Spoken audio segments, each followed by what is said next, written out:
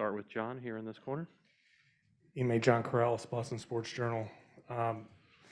It's a tough ending here. What was your message to the team after this loss? It's going to hurt, and it'll hurt for a while, and probably, that stuff never goes away. I've lost one before, and so that was part of the message. Let it propel us forward. The experience and growth and progress that we made this season, obviously getting to your ultimate goal and falling a few games short, is going to hurt, and there are a lot of guys in there very emotional right now. So the message was, we thank them for the effort and the growth and everything they allowed us to do coaching-wise this year. And the biggest message was learn from this, grow from it, take this experience and see there is another level to get to with a team like Golden State who has been there, done that, and it was evident in a lot of ways. And just don't come back the same as players, coaching staff, and let this fuel you throughout the offseason the next year. On your right, Mark. Hey, Ime. You talk about things you're going to learn from. Obviously, one of them is turnovers and taking care of the ball. What did Golden State figure out about you guys that they were just able to do so consistently in that way?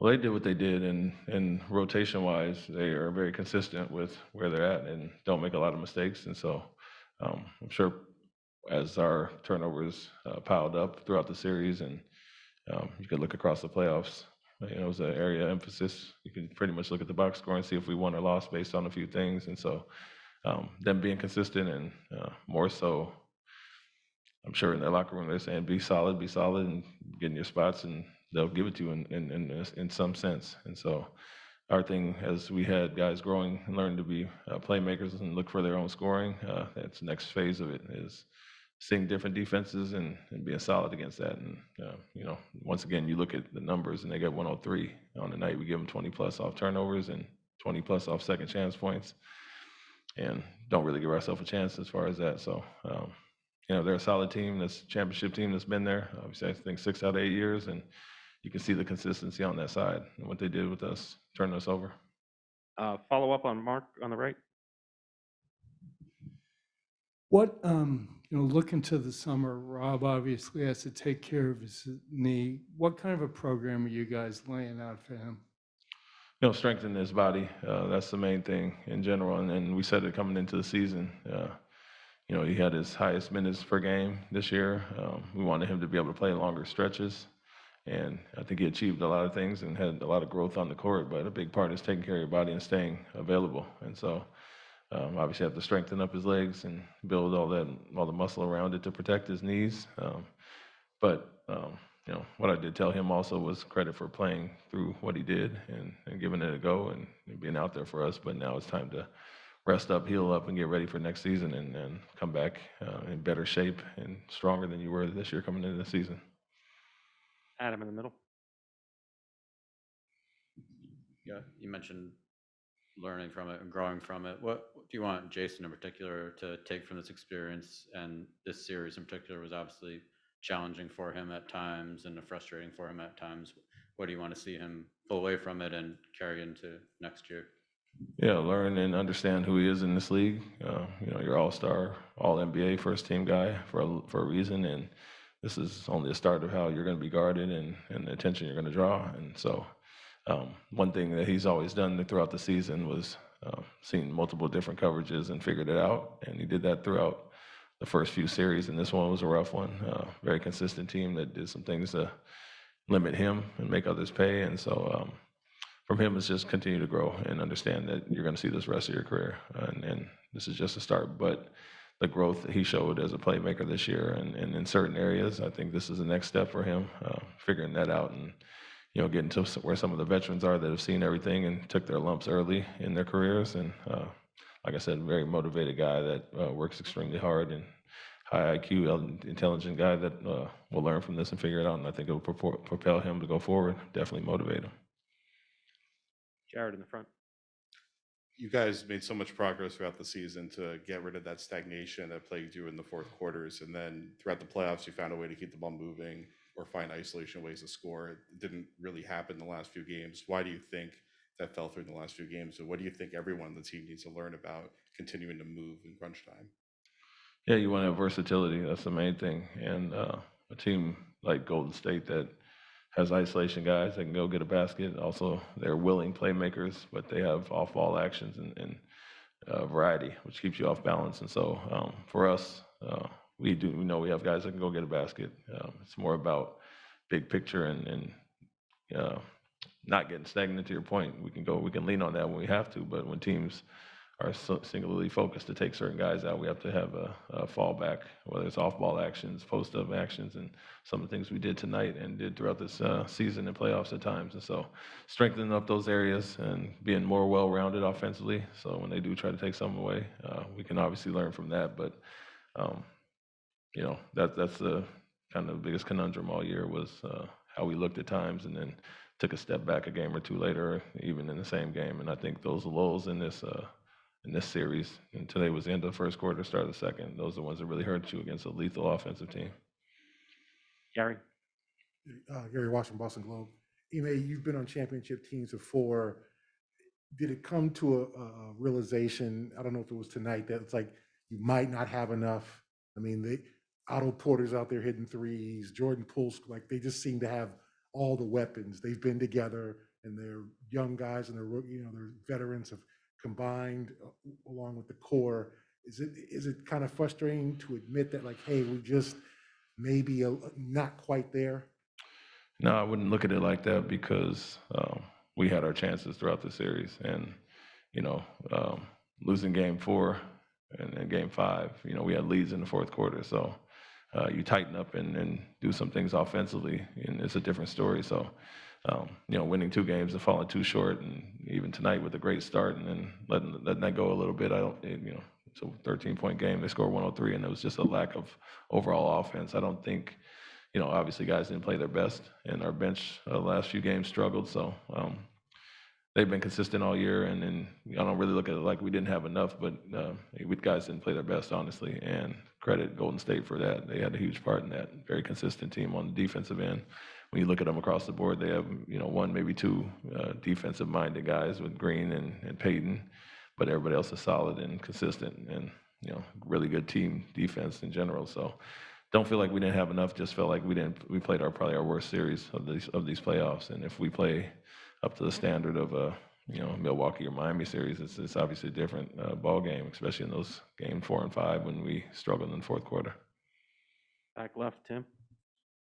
You mentioned before, Ime, that Golden State's experience kind of shone through in this series. At the start of the series, you talked about the fact that you thought the runs you guys had this year, the playoff experience this group had, was going to be enough to make up for that.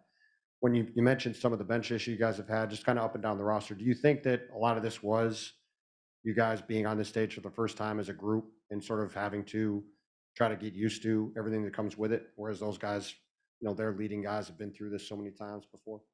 Yeah, and I don't really look at the experience or our lack of being in the finals as a huge factor, and it's obviously beneficial for them, but more so our experience as a group together and connectivity. You can see the difference between the team who's been there that long and some of our new guys, and especially some core guys that have, got added midseason with, a guy like Daniel that's not playing as much, or Derek. But the experience of being in the finals, I don't think that moment was too big. Obviously, we were 2-2 at the point and had a chance to do something special. But, I think we were battle tested throughout the playoffs in some really hard series. And so the finals was another step in that direction, but I think more so experience as a team as opposed to experience of the finals in general was a factor. You guys, you talked all series about how your offense was the thing that was going to determine whether you'd win or not. What were they doing, obviously, besides the turnovers? What were they doing that gave you guys so much trouble up and down the last roster in terms of not being able to get the production you guys were looking for? Some of the switching, but like I said, consistency was the biggest thing, where other teams may be solid for a quarter or 2. They stayed consistent as far as that, and really stuck to their morals, and we didn't make them pay or gave them the ball. And so very consistent group as far as that. They weren't going to beat themselves, and so puts a tremendous amount of stress on you to score and keep up with them, what they do offensively. And so I think we guarded well enough, as I said. I think they averaged maybe 104 throughout the series, and so guarded well enough. But offense obviously was a hindrance there, and more so than anything, just their consistency in general. Standing on the right, Dan. Ime, Dan Roach from WBZ. Just a thought on kind of following up that. What Jalen said that you guys were learning almost on a daily basis as you went about this. What did you learn about your team in the first year, and how excited are you maybe for the future with this core, and what you think this team could possibly get to?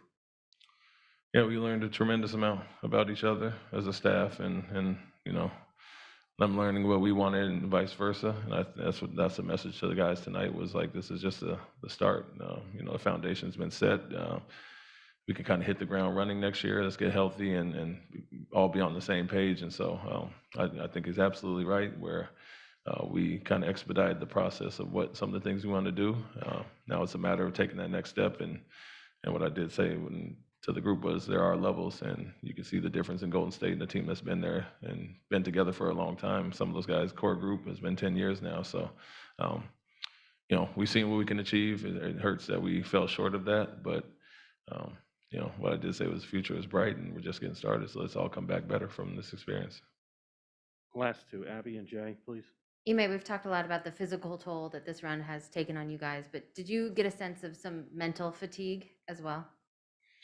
You know, anytime you play some, you know, tough 7-game series, there's going to be some of that. But we had time off, and I think we came in refreshed and energetic and throughout the series. But I'm sure there's part of that, and not only mental but physical as well. With Rob playing through some of the things he was and being in and out in previous series, it probably had a toll on Al, where we had to overextend him at times, and Jason, Jalen grinding us out of Marcus as well. All those guys had some bumps and bruises at some point, and having to fight those 2 hard-fought 7-game series. So probably had something to do with some physical fatigue, but I think everybody's kind of going through that in the playoffs, and we had enough initially early, and it was more some mental lapses than physical, in my opinion.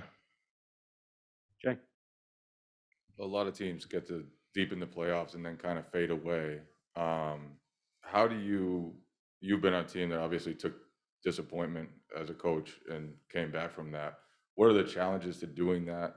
And what do you impress upon your players that they need to do to approach this offseason, everything else, the rest of the season, to use this to propel them forward?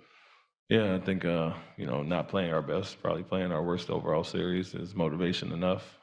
We have very highly motivated guys that didn't play their best, honestly, and so we're all going to grind away in the summer and improve in certain ways. But I think the biggest part for us is the IQ section, and that's where we saw a huge difference in consistency with us and Golden State, and just the little things that experience only can teach you. And so for us, that's the message. It's obviously losing on a buzzer beater against Ray Allen when I was in San Antonio will kind of feel you throughout a whole season, but this was a little bit different. We improved in a lot of areas, but fell short of our ultimate goal, and some guys didn't play their best, and so that's going to motivate guys throughout the season. But like I said, the message is everybody come back better, and let's not be satisfied with getting here. It's not guaranteed you're going to get here. The East is getting tougher every year, and come back better. We will as a staff as well. Thank you, Coach. Thank you.